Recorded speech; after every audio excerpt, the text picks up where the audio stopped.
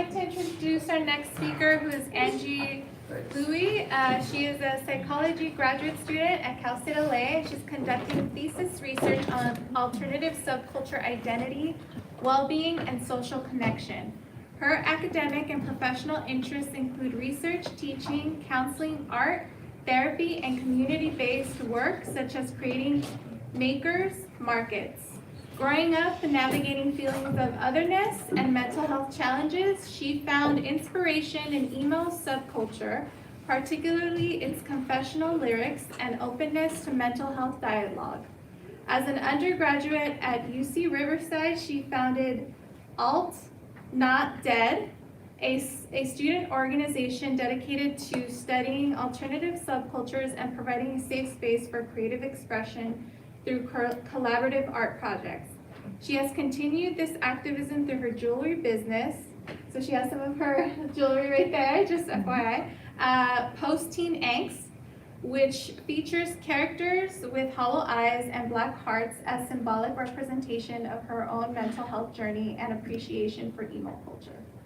Hey. All right, hi everyone. So I'm Angie. I am presenting on alternative subcultures, freedom of self-expression and social connection in an otherwise judgmental society. This is a combination of my undergraduate capstone and graduate thesis, so mainly a focus on mental health. So here's my table of contents. And so a bit about me. I feel like everything was pretty much said by Azalea, so I can move on. So my alternative subculture involvement, I founded Alt's Not Dead student organization at UC Riverside. It's now known as Goths and Alts at UCR. And my goal here was to unite UC Riverside's alternative subculture community through various art projects like zine making and candy bracelets, and to encourage self-expression and creativity. Our big event of the year is our annual Prom for Mental Health Awareness Month, as depicted on the right. So we have music, and so like DJs, bands, different art projects, and just celebrating how emo subculture encouraged mental health conversation through those early social media communities and the music with transgressive themes. I conduct psychology research on alternative subculture members. As you can see on the right here, this is from one of the conferences I presented at UC Riverside, and I hope to pursue this research in the future. And on the bottom here, this is from one of the events I attended as a vendor. I sell my handmade polymer clay jewelry. This was at the Missouri Business Market in North Hollywood. So for previous literature, this isn't the research that I conducted, but rather what I collected for my literature reviews. So in comparison to other peer groups, studies have generally found that alternative subculture members experience higher suicidal ideation and attempts, higher non-suicidal self-injury like cutting and burning, higher depression, higher social anxiety, higher risky and impulsive behaviors like drug use. They're more likely to be victims of bullying. This could be at school, but also including like on the streets, or microaggressions, so things like being viewed suspiciously by security, lower social status, and lower self-esteem. Though it is important to note that this is correlational research, so this isn't to say that alternative subculture involvement causes these outcomes. So for my capstone timeline, I think the most important thing to note here is that the data collection was from summer to fall 2023, so that could add just some context to the responses. So for my capstone intro, my goals are to compare and contrast the differences in depression, anxiety, and positive and negative affect between alternative subculture members and their non-alternative peers, and to explore how alternative subculture members and their non-alternative peers describe alternative subcultures. And so translating those to research questions, what is the mental health like of alternative subculture members compared to the non-alternative peers? And what are the experiences of alternative subculture members? So for the participants, there are 83, so kind of on the smaller size per sample, though this is because it specified that I was looking for alternative subculture members, and so they may not be the biggest peer group, though did have 67 subculture members, most who identified as goth, punk, emo, grunge, metal, or some mix of those.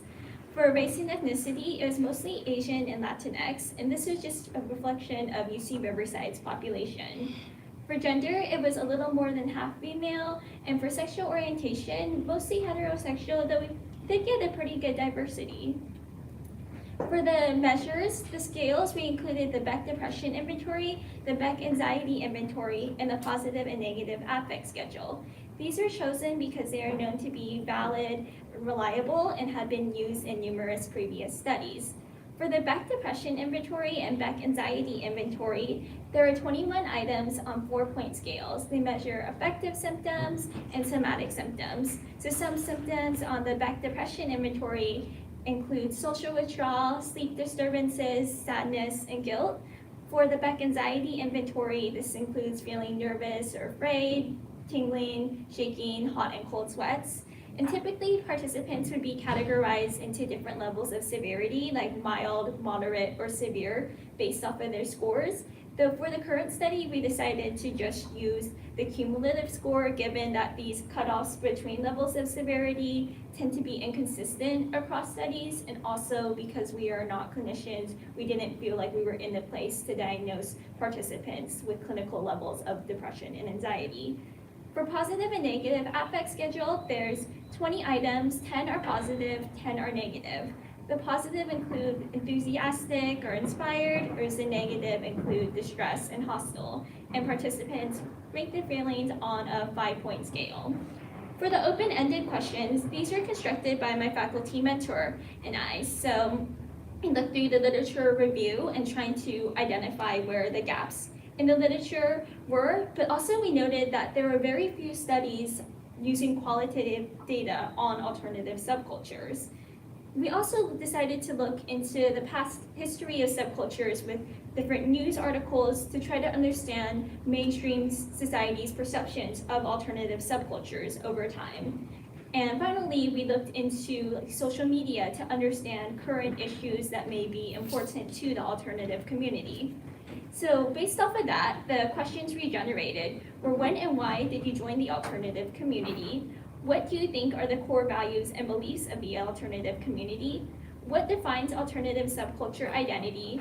What are the pressing issues important to the alternative community? And where did you learn about those issues? Do you consider the alternative community to be inclusive? Why or why not? And how do you think the alternative community is perceived by others? So just to be a little interactive here, so this was 2 years ago, so now I'm curious to know some of your thoughts. So currently, what would you say are the pressing issues important to the alternative community? You can just say it out loud, raise your hand.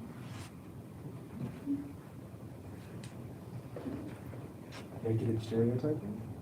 Yeah, for sure. Yeah, and then, so you think, like, how do you think the alternative community is perceived by others? That's not good. Yeah, that's pretty much mostly what the results showed, as see later. So beginning with the mental health variables, so as you can see, there's 3 groups. So I split the alternative into social media and university because the social media group was from all across the US and they may or may not have been students, so they have some different characteristics compared to the university alternative group. So first, looking at depressive symptoms, you can see that the numbers are bolded, and then there's A's next to the 2 alternative groups and a B next to the non-alternative group. So this indicates that the 2 alternative groups did not score significantly different from each other, but both of these groups scored higher than the non-alternative group. And this is consistent with previous studies and finding that depression was higher among alternative subculture members than their non-alternative peers. Though like previous studies, this is correlational research, so we don't know the cause of why these depressive symptoms were higher. For anxious symptoms, there's no bolded numbers, so there were no significant differences, even though the 2 alternative groups did score slightly higher than the non-alternative group. The numbers in the parentheses are the standard deviations, so you can see that there's a lot of overlap in scores across groups. And so this is a good thing and is contradictory to some of the previous research, as some studies suggested higher anxiety, but also to note some of those previous studies found higher social anxiety, whereas this study looked into specifically more like the general anxiety. For positive affect, again, there were no significant differences, though the non-alternative group did score slightly higher than the 2 alternative groups. However, for negative affect, there were significant differences. in that the two alternative groups did not significantly differ from each other, but both scored significantly higher than the non-alternative group. And so while we don't know the cause of the negative affect, this does make sense given higher depression and, as previous studies found, higher suicidal ideation, bullying, victimization. These are all things that can contribute to negative affect. So moving on to the open-ended questions. So first, when and why did you join the alternative community? And so the response to themes here are just in chronological order. So first, some people grew up with alternative music. They had family influences, like they said that they listened to older rock music on their dad's iPod. Peer influences and resonated with alternative subculture values. These were the two most common responses, and these were often during adolescence. So peer influences is this idea of, my friends are listening to this music, I'll try it as well to feel a greater sense of belonging with them.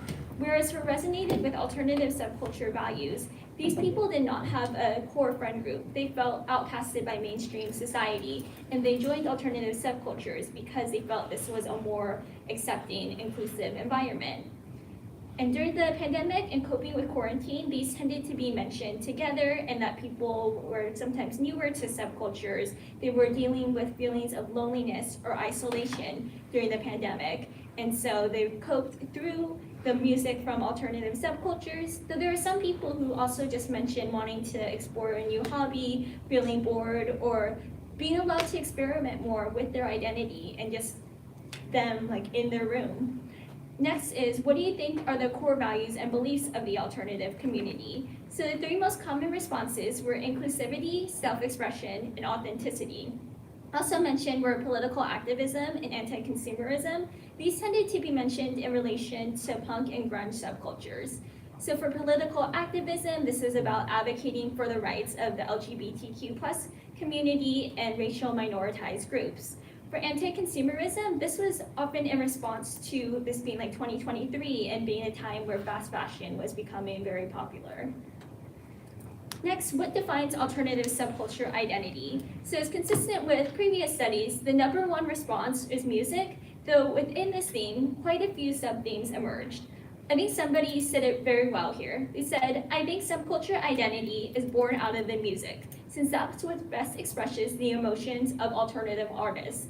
The music is pretty characteristic to each subculture, which evokes different feelings among the people listening to it. So this is the idea that alternative is this broad umbrella, though within it are these distinctive subcultures, each with a different music, some more loud, aggressive, fast-paced rhythms, whereas others it's more this like, slower, indie, confessional type lyrics. Next most common theme was appearance. This included piercings, colored hair, dark colors, tattoos, and DIY fashion. And lastly, uniqueness. So this was not mentioned that frequently, though I think part of the reason why is just because it was similar to like self-expression and authenticity mentioned in the previous question, though uniqueness also encompassed music and appearance, and just kind of doing whatever you want, not caring about being mainstream. Next is, what are the pressing issues that are important to the alternative community, and where did you learn about those issues?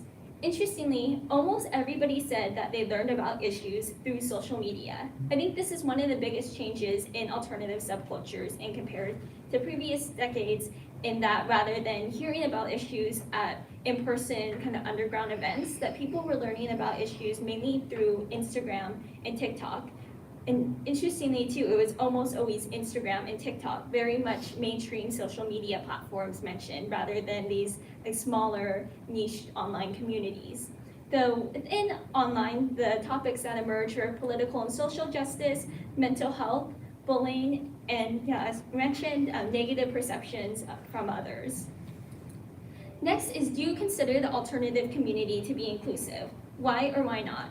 Almost everybody said that it was inclusive. In fact, out of these 80-something participants, over 70 said that it was inclusive, that it tended to be more open to people of diverse identities compared to mainstream society. Though the number one problem mentioned was gatekeeping, and some people feeling like those who were older, who had identified with subcultures longer, tended to look down upon those who were younger or newer to subcultures, saying that you can't truly identify as alternative, that they're just interested in these subcultures now because they are seen as somewhat trendy or more accepted than in previous decades. Next most common issue was discrimination, and this was based off of appearance. People mentioned skin color or size and connecting this to like social media and this ideal goth girl image of being pale and thin. And lastly was sexism. This was like violence and aggression against women at rock shows. The last question is, how do you think the alternative community is perceived by others? So yeah, as you said, mostly negative perceptions, though there's quite a wide range of themes. So some people did mention multiple themes, though yeah, it just seems like overall perceptions are mostly negative, though diverse. The number one response was bullied and ridiculed. This included cyberbullying, being called names or labeled in person, or physical threats or assaults. Next was rebellious. This is being labeled as delinquent or having no morals or being high school dropouts. But as we know, this is not true, and that a lot of these participants were college students. Next is strange, and this was often in relation to the radical appearance and feeling like others tried to avoid them because they looked different. Dark and scary was also mentioned in relation to appearance, but this so included themes of morbidity and goth and emo subcultures and satanic imagery and heavy metal subculture. Slightly more accepted than in previous decades, so this could be seen as a positive, though the people who mentioned this did say that the perceptions were overall still negative. Liberal is also one that can be seen as a positive, though it very much depends on who you ask. So somebody here stated it well. They said, "We are seen as a bunch of radical leftists who want to infect the Republicans with their gay ideologies, when in reality, we just want equality for every marginalized group." So this shows this clash in values and how mainstream society perceives alternative subcultures as a threat to this white male gender dominance. And lastly, attention-seeking and fake and struggling with mental health. These seem like opposites, but they're very much like perceptions of the same issue. And so these were mentioned in relation to emo subculture, with one side saying these people are just faking mental illness. They're whining about how awful their lives are just to receive pity from others. Whereas the other side was saying these people are experiencing real issues with depression and suicidal ideation, but they are not being taken seriously, so they are forming this community for others who share these experiences and understand how they feel. So for the limitations, alternative subcultures were studied as one group. This may not be appropriate given the wide range of themes and how some themes tended to emerge more with specific subcultures and how alternative communities are very much distinct. Next, the small sample size and the convenient sample, this could create bias and a lack of generalizability. The differences between the social media and the student samples, as mentioned earlier, though also to note it is possible that the social media sample could have been more chronically online or they lacked in-person social support. So that could have been why they were involved in these Discord or Reddit groups. And so because of those things, that could contribute to higher depression or a higher negative affect. Next, we constructed our own qualitative questions. So there wasn't this strong theoretical background, and so our questions may have been biased or led to certain responses. And lastly, the coding definition of themes was just based off of my faculty mentor and my categorization, so there could have been some subjectiveness. So the capstone conclusions, so there were some mental health concerns among alternative subculture members, though the results were mixed. Alternative subculture identity often began around teenage years, though some people joined sooner or later. The pandemic may have contributed to an increased involvement in alternative subcultures, and this goes along with this blur between alternative and mainstream with this greater role of social media. Next, alternative subcultures are mostly inclusive. They provide safe spaces for self-expression and authenticity, and the perceptions of alternative subcultures, though slowly improving, are still mostly negative. So moving on to my thesis, important to note here is that I am currently in my data collection phase, and I hope to be complete in spring 2026. So for a thesis intro, my goals were to understand the positive outcomes of alternative subculture members and to explore the intersectionality of alternative subculture, gender, and sexual orientation identities. So it shows positive outcomes because most research on alternative subcultures has focused on those negative mental health variables, given the mainstream society tending to blame subcultures for causing depression, self-harm, and suicide ideation. So for the positive outcomes, we also thought it would be interesting to explore because of the results from my capstone and there being no significant differences and a positive affect between alternative subculture members and their non-alternative peers. For the intersectionality of alternative subculture, gender, and sexual orientation identities, we chose this because of this overlap between the alternative community and the LGBTQ+ community. Also to note was because of the capstone results and the LGBTQ+ community being mentioned multiple times for the open-ended questions, but with the demographics, there were quite a few people who identified as alternative and as queer. So for the research questions, are there any differences in well-being, social connection, and self-perceptions of interpersonal characteristics between alternative subculture members and their non-alternative peers? And within alternative subcultures, do positive outcomes differ across gender and sexual orientation identities? So for the previous literature findings, I did not find any studies looking at both alternative subcultures and LGBTQ+ communities together. So just to combine research from studies on either one or the other, that there's shared values between these two communities like authenticity, self-expression, political activism, challenging gender norms. So the shared experiences of bullying and marginalization for challenging mainstream society.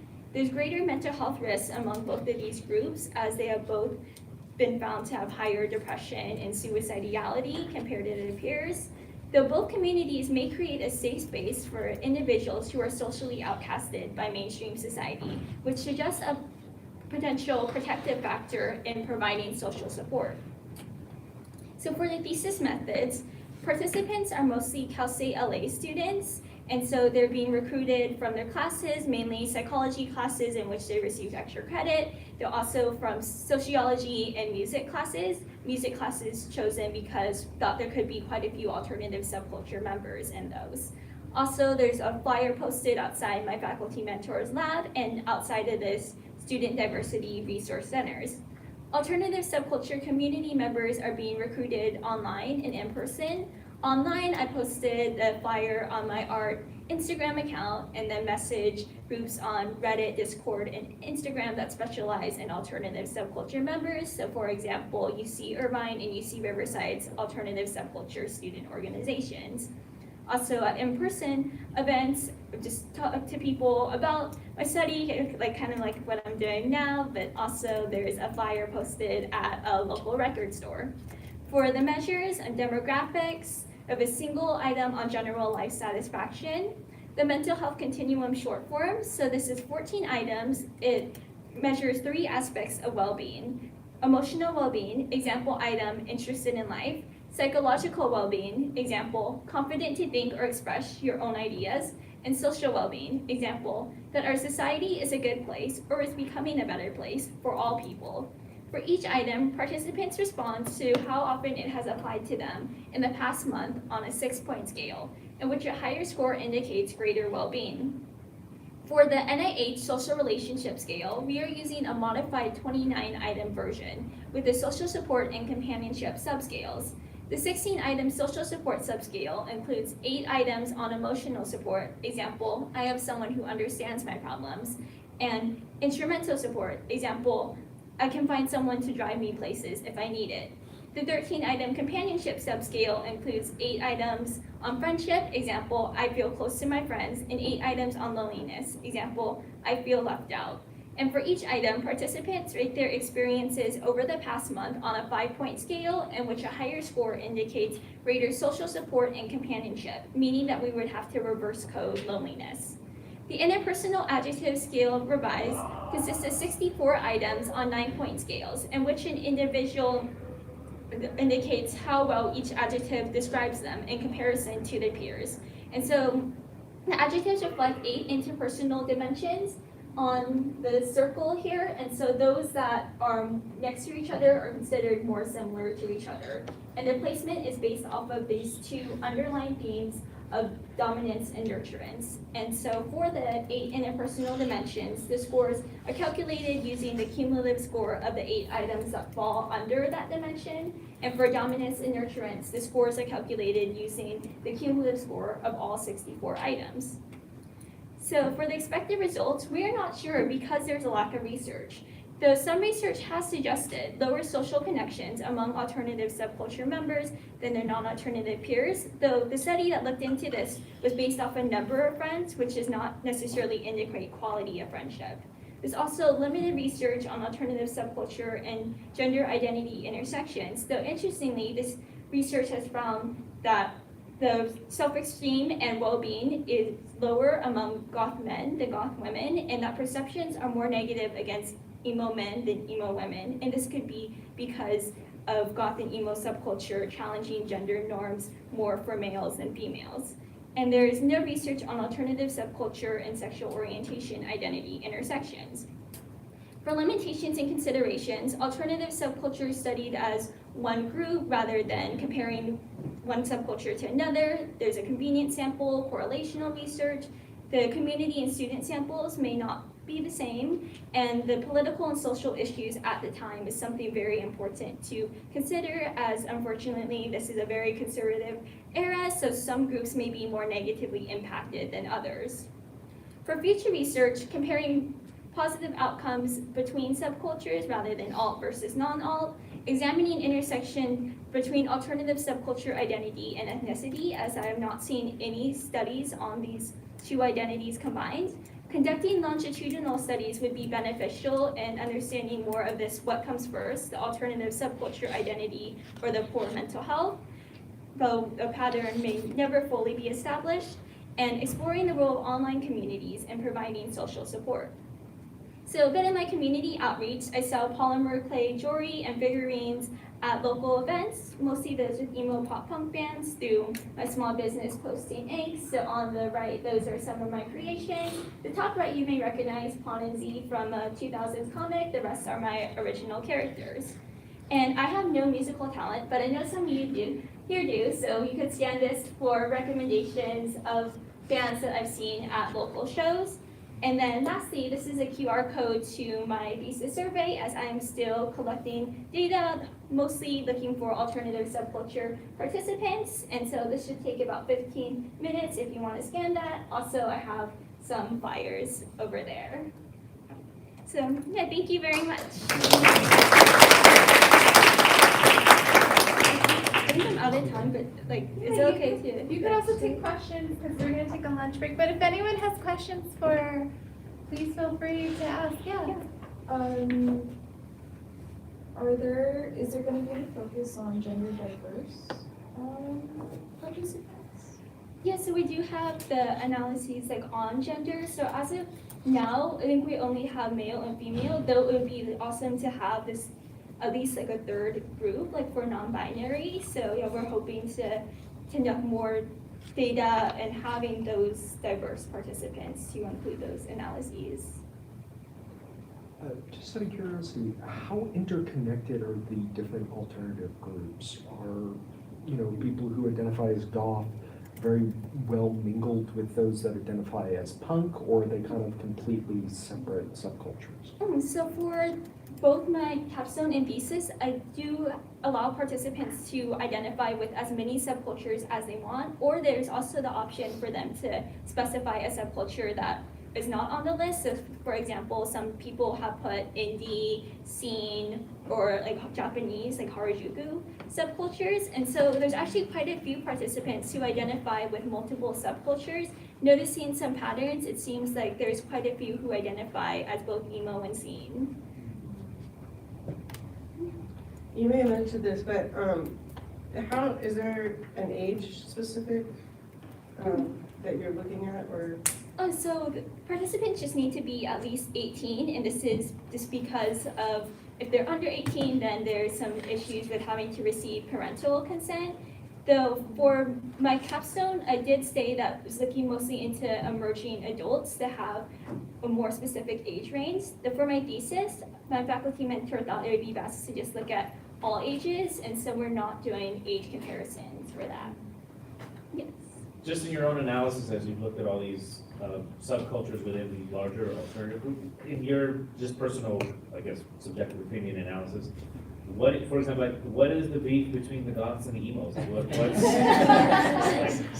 Okay, so yeah, I feel like it's getting better that there are quite a few participants who identify as both, but I think part of it is that some people felt like the emos are like fake in comparison to the goths, like the goths being around first, but also like the more mainstream like commercialization of like fashion, like the whole idea of mall goth and how it's like Hot Topic was very much a part of that, and how like a lot of emos shop there, and so there's like some controversy of, is this really alternative if they're buying clothes from a store at the mall rather than making their own clothes or thrifting.